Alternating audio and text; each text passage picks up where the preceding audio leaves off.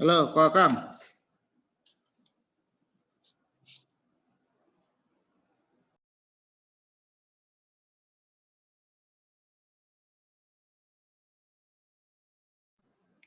Halo,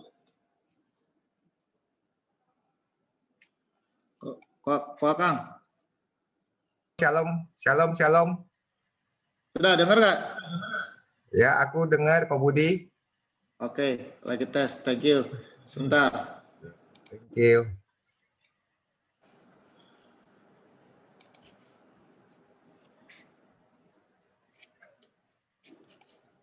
Tunggu yang lain kok.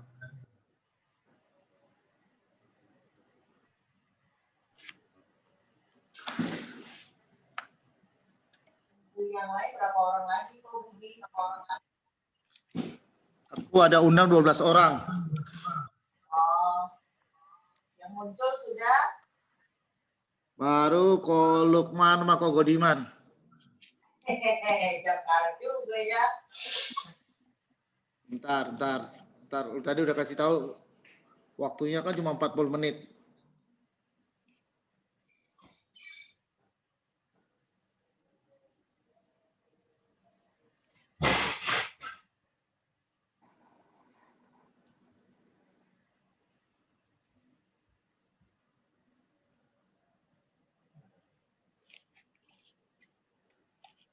Nah, Cemeling udah masuk tuh.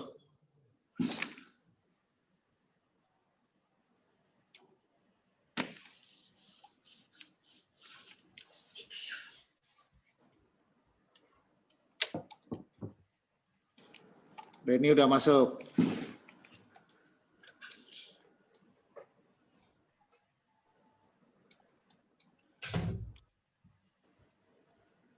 Halo. Halo. Selamat Ya. siang, Ceh. Ya. Sudah? Aku ada Ko Godiman, Akang, Benny, sama Ko Lukman, sama si Fani istrinya. Oke, Fani kita istrinya tunggu. Ko Godiman. Ya. Oke, shalom Cemeling.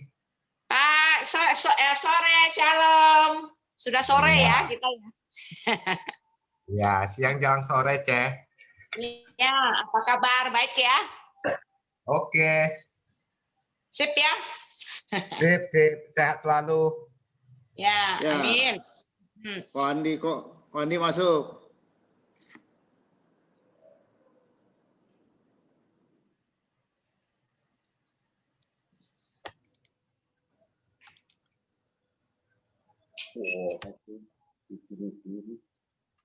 Kita belajar bersama ya hari ini ya. Ini saya tidak mengajarkan, cuma berbagi pengalaman ya. Oke, siap.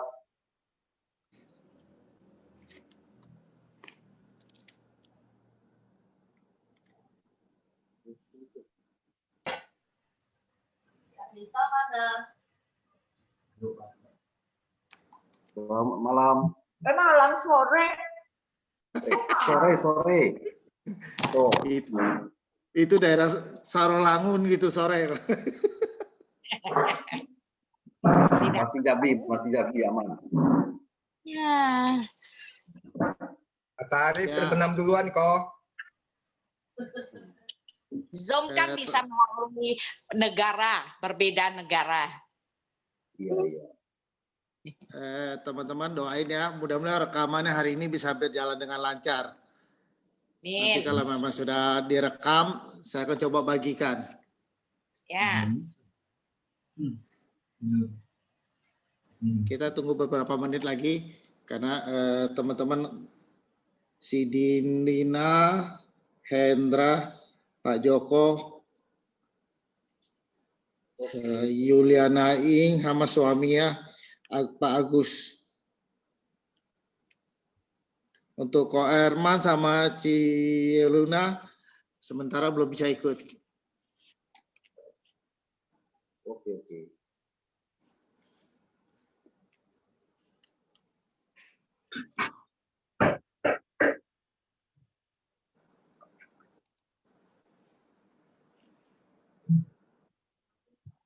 Oke, udah 3.15. Kita bisa mulai aja ya.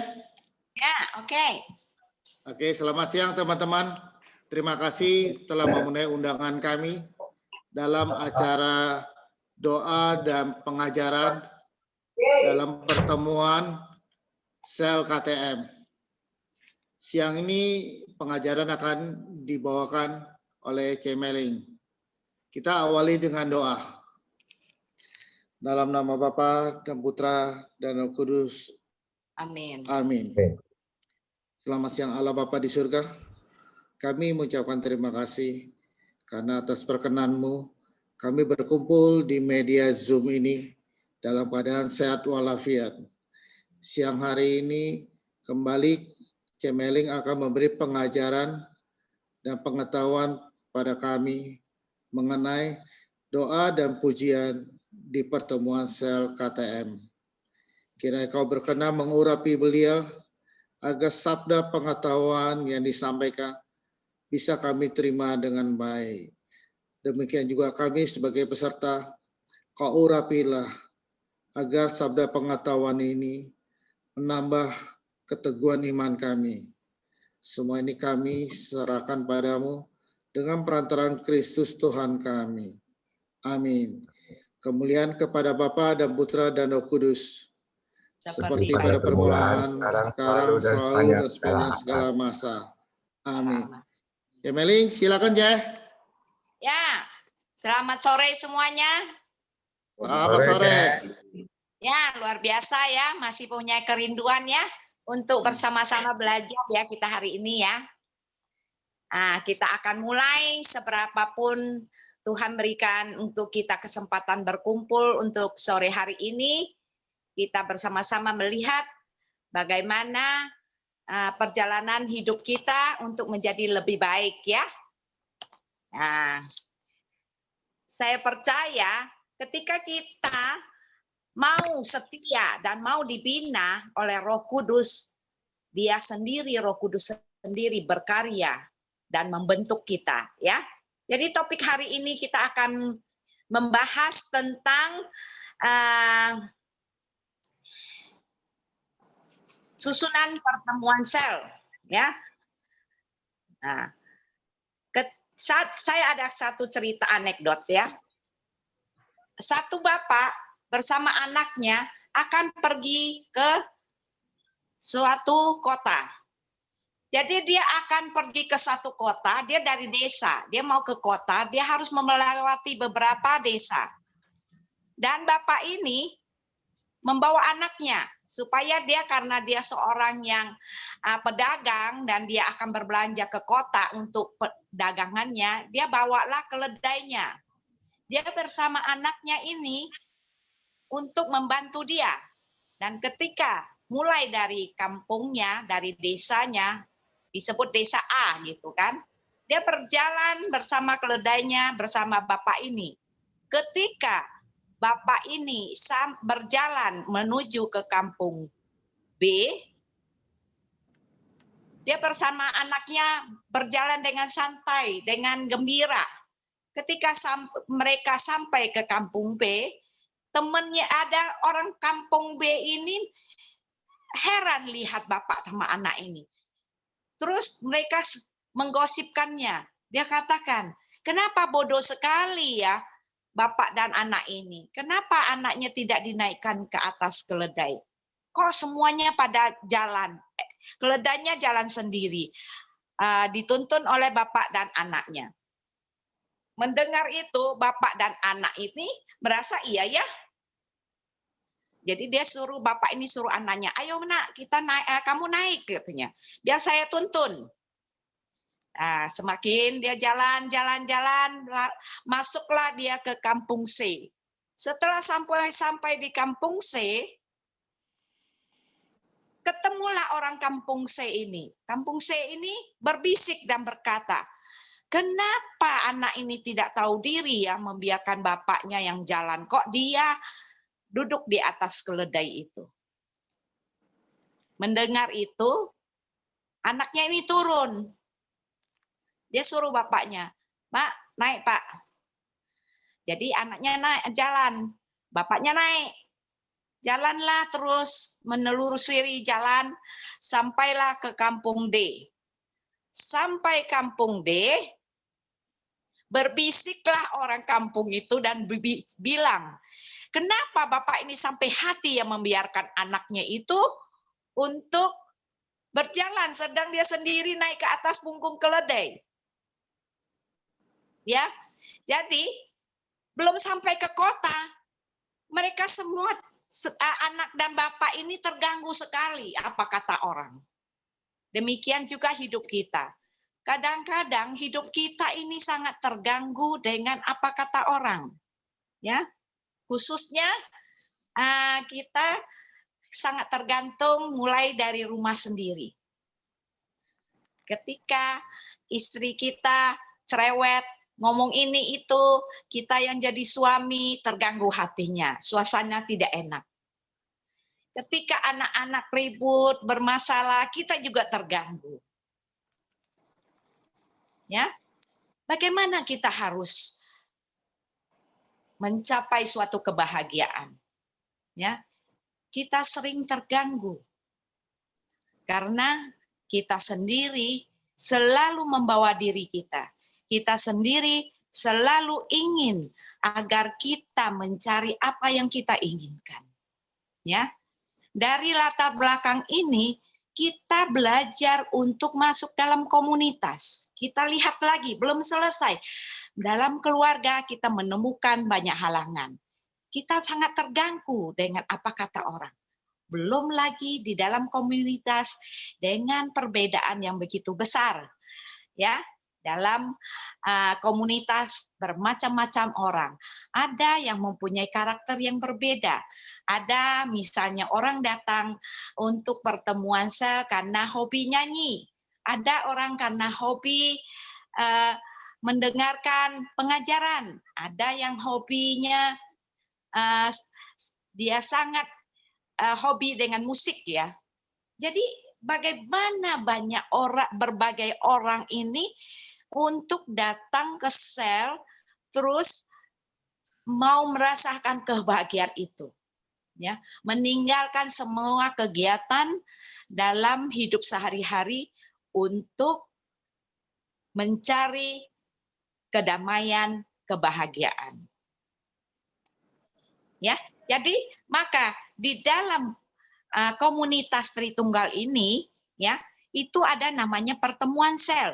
Jadi pertemuan sel ini bagaikan suatu kelompok yang berbeda ini bisa disatukan dengan meninggalkan sementara kegiatan sehari-hari, mau itu kegalauan di rumah, dalam pekerjaan, dalam usaha segala macam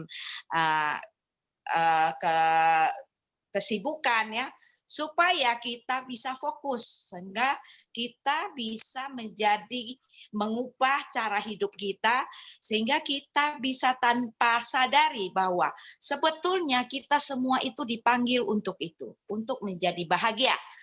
Menjadi bahagia bukan berarti harus menolak semua yang ada dalam hidup kita, ya. Melalui komunitas ini kita diajarkan banyak rahmat yang diperlukan di dalam menjalankan hidup ini, khususnya menyertakan Roh Kudus, ya. Inilah sekarang kita akan membicarakan masuk dalam pertemuan sel, ya. Jadi susunan pertemuan sel itu mempunyai maksud, ya, agar kita semua dalam satu rangkaian 1 sampai 12 ini adalah suatu kesatuan, ya. Jadi dari awal sampai akhir itu tidak akan terpisahkan. Bagaimana kita menjadi seorang pemimpin dalam pertemuan sel, disebut WL ya, worship leader. Jadi yang pertama, ketika kita datang ke sel, kita lihat banyak teman kita. Ada yang mungkin terlambat ya, mungkin ada yang karena tergesa-gesa, nafas masih belum teratur, kita datang gitu kan.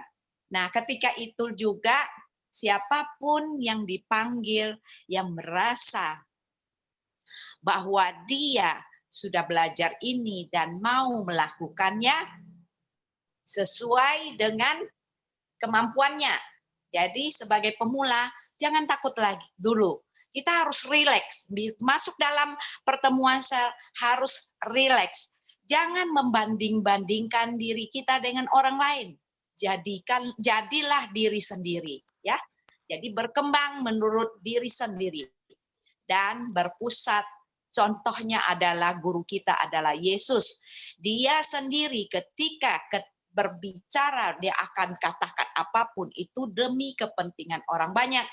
Kalau dia sadar bahwa itu kepentingan orang banyak, dia akan sungguh terbuka. Sehingga setiap orang yang datang kepada pertemuan ini, khususnya kita anggap pertemuan ini adalah undangan dari Tuhan sendiri untuk kita semua.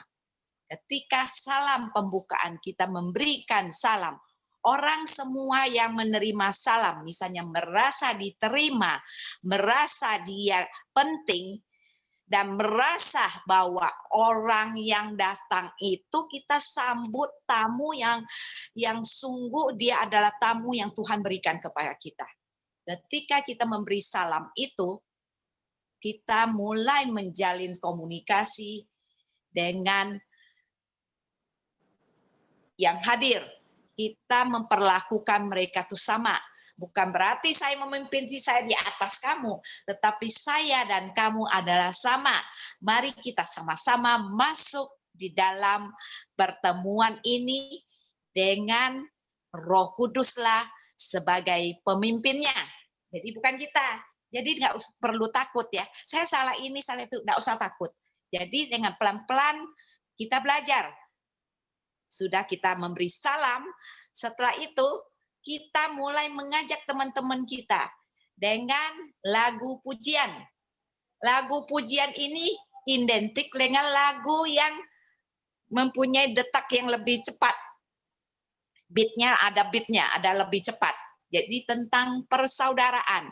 Ketika lagu pujian pertama kita ajak saudara kita, tidak perlu takut dengan kata-kata yang panjang.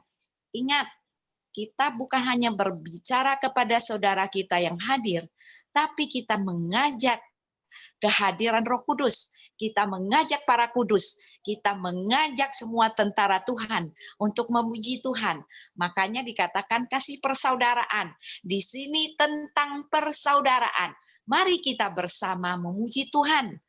Jadi ketika kita berbicara nggak usah panjang-panjang. Misalnya ini ada susunannya. Pujian pertama tentang persaudaraan. Kita mengajak aja orang bernyanyi. Ayo teman-teman kita bernyanyi dengan lagu ini. Misalnya hari ini kurasa bahagia. Kita nggak usah bilang mensusun kata-kata yang panjang, yang kelihatan kita pintar, yang kelihatan kita lebih dari orang lain. Jadilah diri sendiri. Berbuatlah seperti kita mengajak teman-teman. Jadi kalau pemula belum perlu belum bisa kata-kata yang panjang, sesingkat mungkin tapi menghantar lagu itu. Ya, jadi tujuan dari lagu persaudaraan adalah mengajak, membuat mereka suasana hati yang datangnya masih ingat tadi masih ribut sama istri, apa sama anak, masih meninggalkan kerjaan belum selesai. Ketika kita pujian pertama, dia sudah mulai menanggalkan itu. Sudah merasa, wah saya hadir di sini. Saya sudah meninggalkan yang di rumah. Saya sudah meninggalkan pekerjaan saya. Jadi itu tujuannya yang pertama, tentang persaudaraan. Sehingga kita datang ini untuk membuat orang diterima dulu. Mereka diterima, mereka merasa nyaman, mereka merasa saya diperlakukan baik. Saya dan Anda adalah sama. Kita bersama-sama memuji Tuhan karena kita mengasihi Tuhan. Ya. Setelah itu kita mulai setelah lagu persaudaraan kita mulai dengan pujian tentang Tuhan. Maksudnya ada kata-kata lagu yang mulai tadinya untuk mengumpulkan suasana jadi enak. Terus sekarang kita kembali memuji Tuhan lebih dalam. Jadi kita bisa katakan, misalnya kita pilih satu lagu, ada satu sobatku, apa Tuhan Yesus baik ya. Jadi ada misalnya satu sobatku, kita bisa menghantarnya dengan kata-kata. Bukan saja kita hadir di sini, tetapi ada satu sobat yang setia, yang selalu menyertai kita. Kita nyanyikan, satu sobatku. Nah, kita nyanyi. Atau Tuhan Yesus baik. Nah, kalau kita mau bilang Tuhan Yesus baik, kita kembali lagi memuji Tuhan. Kalau misalnya nggak bisa kata-kata yang panjang, kita memuji Tuhan lagi. Karena kita tahu Tuhan Yesus baik. Nah, kita nyanyi. Hari kita nyanyikan Tuhan Yesus baik. Nah, mulailah kita membawa diri kita. Bukan membawa orang lain. Kita pun ikut masuk. Ya. Jadi, ini yang kedua. Setelah suasana sudah enak, suasana sudah cair, ya, kita tidak menjadi sebagai pemimpin yang terpisah dari teman kita. Mulailah kita mengajak kawan kita untuk tanda salib, ya. Kadang-kadang orang tidak suka, ada yang tidak suka dengan kata-kata tanda kemenangan. Kadang-kadang ada orang hanya karena dia Katolik tradisional, kadang-kadang kau mulai masuk dalam sedikit karismatik, dia akan alergi ya. Jadi tanda salib ini bisa dimulai dengan mari kita bersatu hati di dalam doa. Kalau bilang mari kita bersatu hati di dalam doa, orang sudah siap-siap untuk tanda salib. Mau dengan mari kita tandain diri kita dengan tanda kemenangan, boleh. Tapi kita harus lihat juga teman-teman kita berapa banyak yang merasa tidak nyaman dengan kata-kata itu. Tergantung ya, tergantung kita berkata-kata ya. Jadi di sini ketika sudah mulai masuk tanda salib, mulailah kita mengajak. Tadi yang di atas pujian kan, yang di atas pujian ini dengan membawa setelah tanda salib ini suara kita beda. Kita menjadi seorang pemimpin harus vokalnya jelas. A, I, U, E, O-nya jelas. Jangan semakin kita berkata-kata, semakin kita berdoa, semakin menginstruksikan kata-kata, membawa teman-teman kita masuk, semakin kecil. Karena kadang-kadang orang tuh mikir, karena kurang pede atau kurang sudah atau suaranya memang dasarnya kecil, sehingga ketika orang mendengarkan dia memimpin, orang tuh pasang kuping. Dia ngomong apa ya? Ya gitu ya.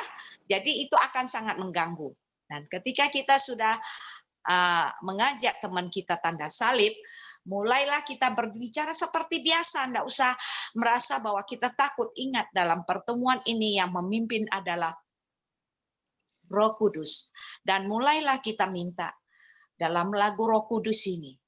Sudah kita tanda salib. Ketika kita sudah tanda salib, kita menandain diri kita.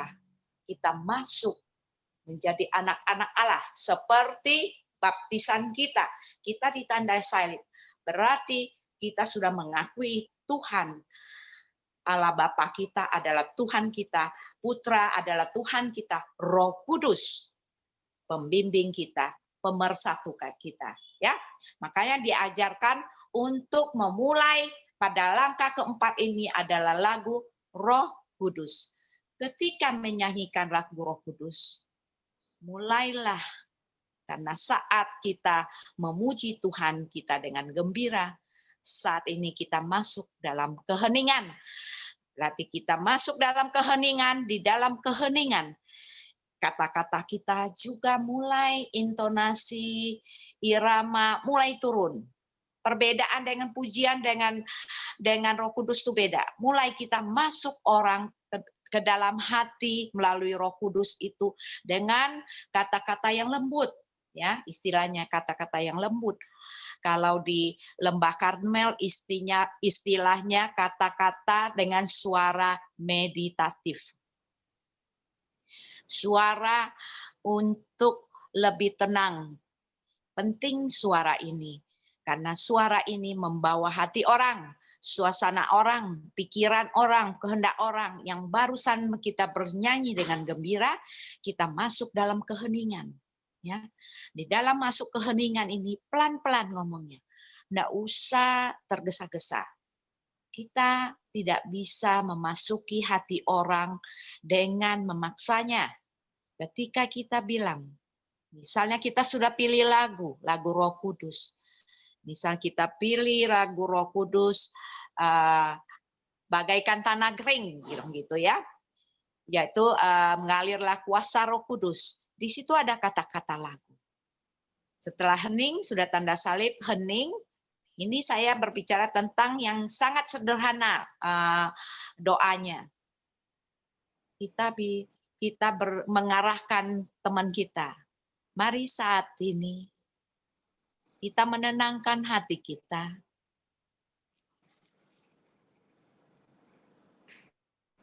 Kita merasakan kehadiran Roh Kudus saat ini di tempat ini. Untuk mengalir di tempat ini, kita mau merasakan kuasanya. Karena Roh Kudus sendiri yang akan membimbing kita. Roh Kudus akan mengajari kita. Roh Kudus mempersatukan kita. Kita nyanyikan, mengalirlah kuasa Roh Kudus. Nah, nyanyi, mulai masuk. Jadi kira-kira kata-kata itu. Jadi kita mulai dengan mengajak orang itu dengan istilahnya saya pernah dengar waktu saya ngajar tempat lain, dia katanya seperti orang membaca puisi, tapi tidak dibuat-buat ya. Jadi kita mengarahkannya dengan tenang dan benar-benar hati ini yang keras pun bisa merasakan bahwa kita mengundang dia, bukan lagi kata saya yang mengundang, tetapi Roh Kudus sendiri yang mengundang. Membawa kita untuk masuk. Membawa kita agar kita tanpa kita sadari. Dari yang kita menolaknya, kita menjadikan hati setiap orang lumer. Gitu. Hati setiap orang terfokus. Ya. Nah itu di lagu Roh Kudus. Setelah lagu Roh Kudus, ini hilang ya Pak Budi? Bentar, Cai. Ini kan sudah 40 menit ya, bentar. Sudah 40 menit? Dia Oke. dia Setelah... lagi remind time, sebentar. Jadi nanti dia akan, kita kalau keluar... Ya, oke. Masuk lagi nanti. Setelah kita tadi lagu Roh Kudus ya, kita setiap peralihan satu ke yang lain itu kita ajak hening. Kita ajak jangan banyak berkata-kata. Kembali setelah lagu Roh Kudus kita berdoa. Berdoanya sederhana. Jadi setiap doa itu ada langkah-langkahnya. Seperti orang masuk pintu, kita mengetok pintu dulu. Setelah mengetok pintu kan kita memberi salam. Doa pembuka ini juga. Allah Bapa, misalnya contoh, Allah Bapa, Putra dan Roh Kudus, kami hadir di rumah ini, berkati kami semua, berkati rumah ini, berkati seisi rumah ini. Biarlah kami boleh masuk di dalam pertemuan ini, dari awal hingga akhir, menjadi pertemuan cinta kasih, dan menjadikan kami merasakan kehadiran-Mu. Yang singkat, misalnya yang singkat, Tuhan Yesus bersama kuasa Roh Kudus-Mu, kami percaya saat ini Engkau hadir. Datanglah dalam hati kami semua. Kami membuka hati kami. Kami serahkan acara ini ke dalam tangan-Mu. Atau lebih singkat lagi, Allah Bapa di dalam surga, kami hadir bersama teman-teman kami dalam sel, misalnya sebutkan nama selnya, sel Elisa berkumpul bersama. Kami rindu untuk mendengarkan-Mu. Hadirlah di tempat ini dengan kuasa-Mu. Sudah, kamu lebih singkat lagi. Yesus, kami hadir, datanglah Roh Kudus dalam hati kami, bimbinglah kami. Sudah kayak gitu. Ya, jadi setiap doa itu tidak perlu ditutup karena ini satu rangkaian sampai ujung nanti sampai penutup ya. Jadi boleh kita bilang kemuliaan, tapi kita tidak tanda salib. Tanda salib hanya dari awal dan akhir, ya. Nah, setelah itu sudah doa pembuka, kita kasih jeda waktu. Setelah jeda waktu kita masuk dalam tobat. Dalam tobat, ya. Tuh, dalam tobat yang ke-6, dalam tobat kita tidak bisa menjadi hakim di sini. Kita hanya membawa orang untuk dalam pertobatan. Karena pengalaman saya ada beberapa kali, ada teman sel saya itu, dia sudah dibaptis pertama, waktu dia perkawinan umur 20-an, sampai dia usia 60, itu tidak cuma sekali pengakuan dosa. Setelah itu tidak pernah pergi pengakuan dosa. Dia tidak mengerti apa itu dosa. Atau karena kebanyakan kita merasa bahwa misalnya perbuatan kecil-kecil itu dosa, tapi kita anggap orang lain juga berbuat dosa, kita anggap wajar-wajar aja dia juga berbuat. Jadi patokan kita orang lain berbuat, saya juga boleh berbuat gitu ya. Jadi disinilah arti pertemuan sel. Kita semakin dibawa dalam pertobatan. Mungkin dalam pertobatan ini ada dua versi, pakai lagu tobat atau pakai doa tobat. Misalnya kita membawa dalam pertobatan, kita mungkin bisa pakai kata-kata menyadari bahwa kita orang-orang rapuh dan lemah. Mari kita periksa batin kita. Itu yang singkat. Kita memeriksa batin kita. Nah, terus di dalam memeriksa batin kita itu, kita mau pakai lagu, ya nyanyikan lagu. Tapi kalau tidak, jangan pakai lagu, hening saja. Kebiasaan kalau pakai lagu, orang tuh tidak sadar, dia bernyanyi misalnya Tuhan ampunilah. Dia nggak nyanyi kenceng, jadi orang memeriksa batin tuh udah hening, nggak tenang, rasanya tuh akhirnya fokusnya nyanyi, bukannya untuk memeriksa batin gitu ya. Nah, jadi kalau misal tidak kita hanya membawa orang kepada keheningan, terus kita bilang, mari kita memeriksa batin. Setiap orang berbeda. Ada satu versi, saya mulai lakukan itu waktu pertemuan sel kami, dan itu jalan dengan sangat baik, yaitu dengan cara seorang pemimpin, dia mulai mengarahkan dirinya untuk bertobat. Ketika dia bertobat, dia katakan bahwa saya hari ini, Tuhan Yesus ampuni aku karena aku tidak bersyukur hari ini. Ampuni aku ya Tuhan. Jadi dia mulai dari diri sendiri. Ampuni aku ya Tuhan. Atau hari ini saya lupa berdoa Tuhan. Ampuni aku ya Tuhan. Hari ini saya marah dengan orang rumah. Ampuni aku ya Tuhan. Jadi ada yang jawab, ya ampuni aku ya Tuhan. Jadi teman kita jawab. Jadi di sini juga membimbing orang menyadari bahwa oh rupanya marah itu dosa. Oh kita lupa bersyukur itu dosa. Oh kita mungkin curiga sama orang lain, berpikir saja kita sudah masuk dalam dosa. Dan ketika setelah selesai kalau tidak pakai lagu, langsung untuk menyatakan komitmen kita untuk berubah dan mohon pengampunan dari Tuhan. Mari kita doakan doa tobat. Ya, itu. Karena versi kemarin saya tidak terlalu mendetil di sini. Tapi setelah berjalannya, saya pikir ini penting. Kalau kita tidak mulai menyadari diri sendiri akan kedosaan kita, bagaimana kita mau masuk lebih dalam lagi. Bukan berarti kita orang pendosa, setiap hari kita pendosa, tapi kita tidak pernah menyadari itu, sehingga Tuhan pun sedih melihatnya.